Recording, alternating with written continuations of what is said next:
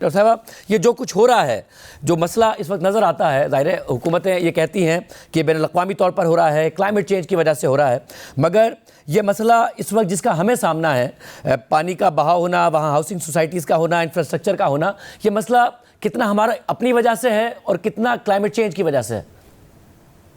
जी देखें, जो आप बात कर रहे थे अभी कि क्लाउड बर्स्ट हो रहा है, बारिशें शदीद हो रही हैं। कुछ अरसा पहले तक या कुछ दहाइयों पहले तक जब बरसात का मौसम होता था तो भी बारिशें होती थी, पर इस तरह की तबाहकारियां नहीं होती थी, बहुत कम था।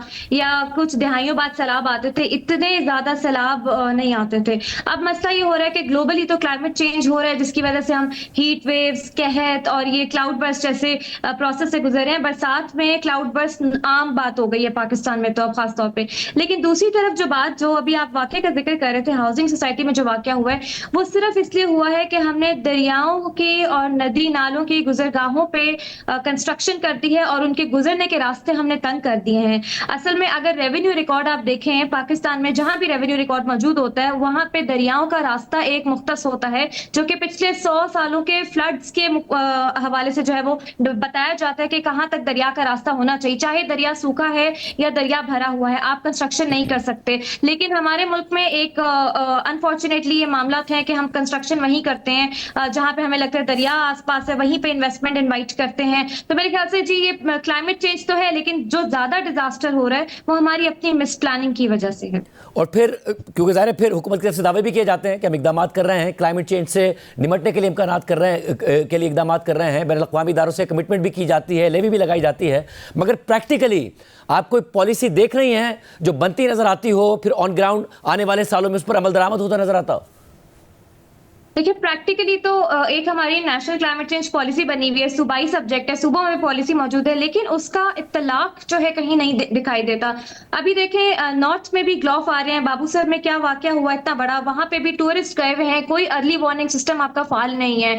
तो मेरे ख्याल से जो हमारी प्लानिंग है, पॉलिसी है, जब तक हम उसको प्रॉपर तरीके से उसको इम्प्लीमेंट नहीं करते, क्योंकि लोकल गवर्नेंस सिस्टम का होना भी तो जरूरी है, और जहां लोकल गवर्नेंस सिस्टम मौजूद है वहां पर भी जो है हम लोगों ने सिर्फ नाम के लोकल गवर्नेंस सिस्टम एस्टैब्लिश किए हुए हैं, कोई पॉलिसी हम ग्राउंड लेवल पे इंप्लीमेंट नहीं कर रहे। तो मेरे ख्याल से यहाँ पे मसला है। और दूसरी बात, चले कुछ तो हो गई ना, कंस्ट्रक्शन हमने कर दी, हम मजीद कंस्ट्रक्शन भी करते जा रहे हैं। दरियाओं के ऊपर 5 स्टार होटल बन रहे हैं, मुअत्ताबाद झील पे देखें, वहां पे डिजास्टर से एक झील बनती है और हम वहां पे होटल बना देते हैं। तो मेरे ख्याल से यहाँ कंस्ट्रक्शन और रियल एस्टेट सेक्टर को जब तक ऑन बोर्ड नहीं लिया जाएगा और नहीं बताया जाएगा कि यहाँ पे इन्वेस्टमेंट करवाना बंद कर दें, क्योंकि हमारे लोग, हमारा इंफ्रास्ट्रक्चर सब तबाह हो रहा है, तब तक ये मसला जारी रहेगा। और दरियाओं की गुजरगाहों पे जो हमारे एक्ट मौजूद हैं, रिवर इंक्रोचमेंट एक्ट मौजूद है, सूबों में भी मौजूद है, उस पे इम्प्लीमेंटेशन बहुत जरूरी है इस वक्त, और सख्ती से निफाज उसका होना चाहिए। क्लाइमेट इमरजेंसी पूरे मुल्क में लगा देनी चाहिए, क्योंकि उसके बगैर अब हमारा चारा नहीं। ये भी चौथा स्पेल है,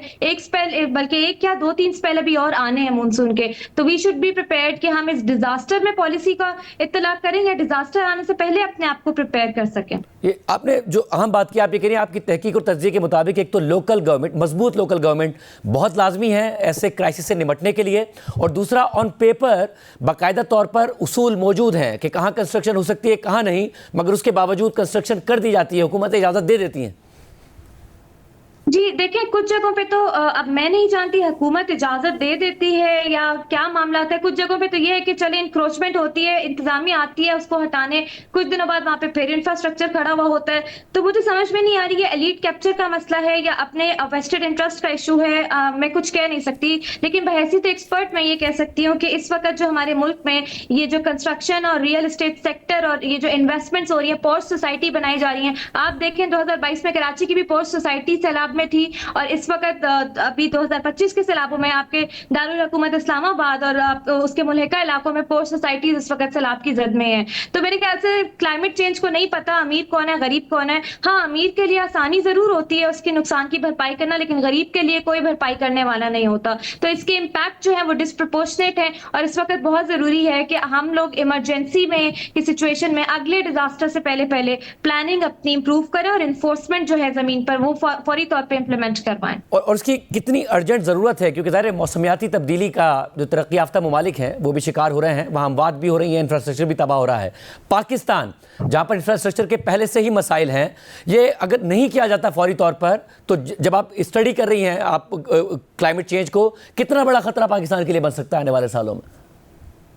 देखिए, ग्लोबली पाकिस्तान की कुछ अपनी भी कमिटमेंट्स होती हैं ग्लोबल फोरम्स पे कि हम लोग क्लाइमेट में अडेप्टेशन को प्रायोरिटाइज करेंगे, कम्युनिटीज को हम एंगेज करेंगे, मिटिगेशन करेंगे, यानी क्लाइमेट फ्रेंडली जो है अप्रोच लेकर आएंगे। लेकिन मेरे ख्याल से हमारी अप्रोच अर्बन क्लाइमेट रेजिलियंस की तरफ ना, ये जो शहरों में क्लाइमेट चेंज के हवाले से इंफ्रास्ट्रक्चर बनता है, स्पॉन्ज सिटी का कॉन्सेप्ट होता है जहां पे जंगलात को महफूज किया जाता है। हमारे यहाँ जंगलात बिल्कुल कट जाते हैं। अभी देख लें, आज की मैं वीडियो देख रही थी कि नॉर्थ में सैलाब है, फ्लैश फ्लड है, वहां टिम्बर माफिया लकड़ियां जो है वो फ्लैश फ्लड में फेंक के तो नीचे डाउनस्ट्रीम ट्रांसपोर्ट कर रहे हैं। फॉरेस्ट गवर्नेंस हमारी नहीं है, नेशनल पार्क्स में कंस्ट्रक्शन हो रही है, तो इस चीज पे इन्फोर्समेंट और इम्प्लीमेंटेशन सख्ती से नहीं आएगी। अगर नहीं आएगी तो आज हम जहां कुछ शहर तबाह हो रहे हैं अर्बन फ्लडिंग से, अगले साल हम लोग पूरे मुल्क में वो तबाही देख सकते हैं। तो उस तबाही से बचने के लिए जरूरी है हम आज प्रिपेयर कर लें फौरी तौर पे, और हम इंटरनेशनल फाइनेंस पे ज्यादा रिलाय नहीं करें। पूरी दुनिया में इस वक्त आपको भी पता है ममालिक पीछे हट गए इंटरनेशनल फाइनेंस देने से, क्लाइमेट को सपोर्ट करने से।